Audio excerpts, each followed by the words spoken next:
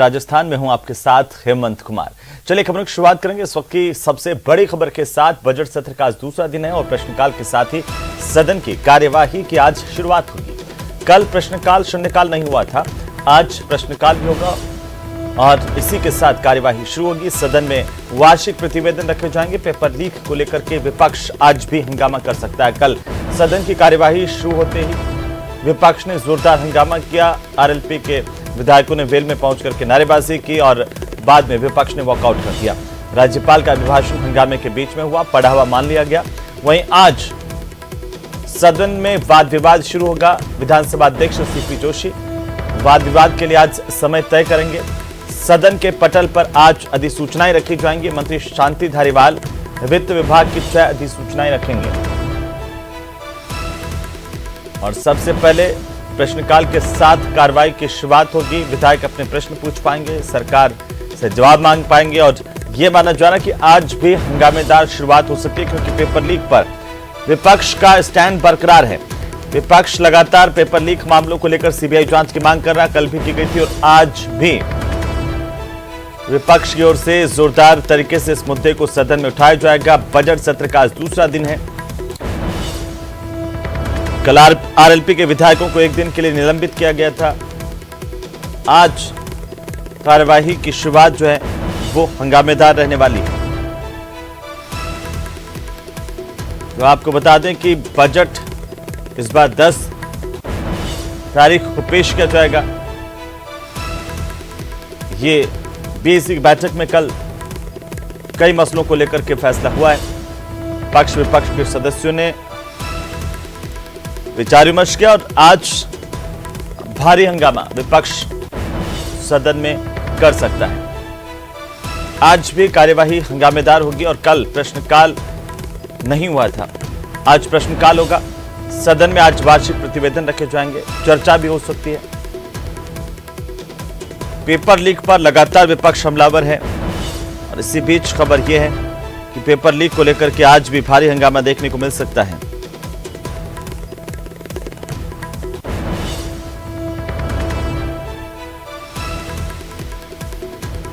तो आपको बता दें कि सदन के पटल पर आज अधिसूचनाएं रखी जाएंगी, चर्चा हो सकती है और लगातार विपक्ष आज चर्चा की मांग भी कर सकता है।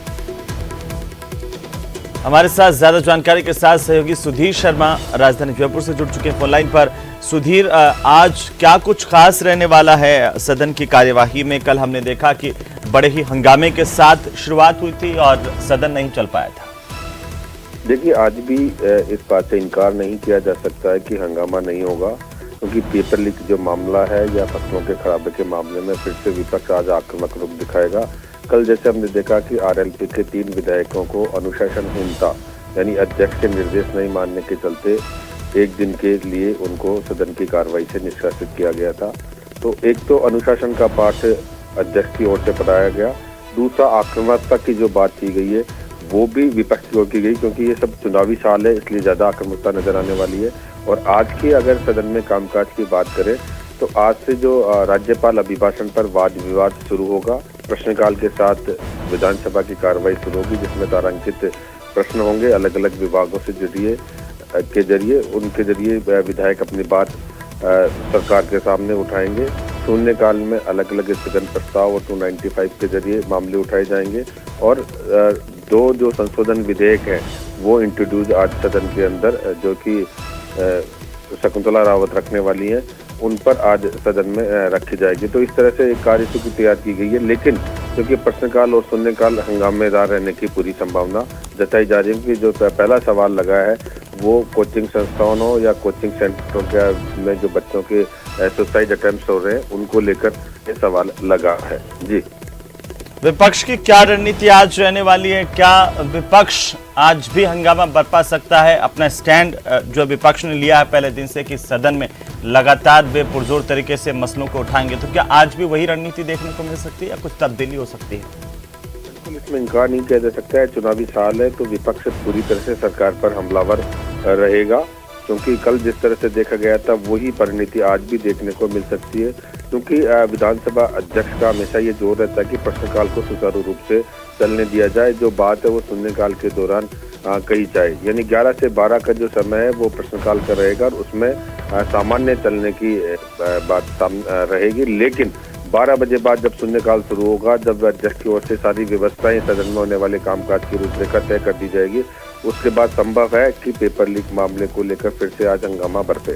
जी, क्या पेपर लीक को लेकर के चर्चा की मांग कर सकता है आज विपक्ष? क्योंकि देखिए कल प्रश्नकाल नहीं था, आज प्रश्नकाल के साथ शुरुआत होगी, तो जाहिर सी बात है कि विधायकों के सदस्यों के जो मुद्दे हैं अब वो उन पर भी बात होगी, जवाब दिए जाएंगे सरकार की तरफ से।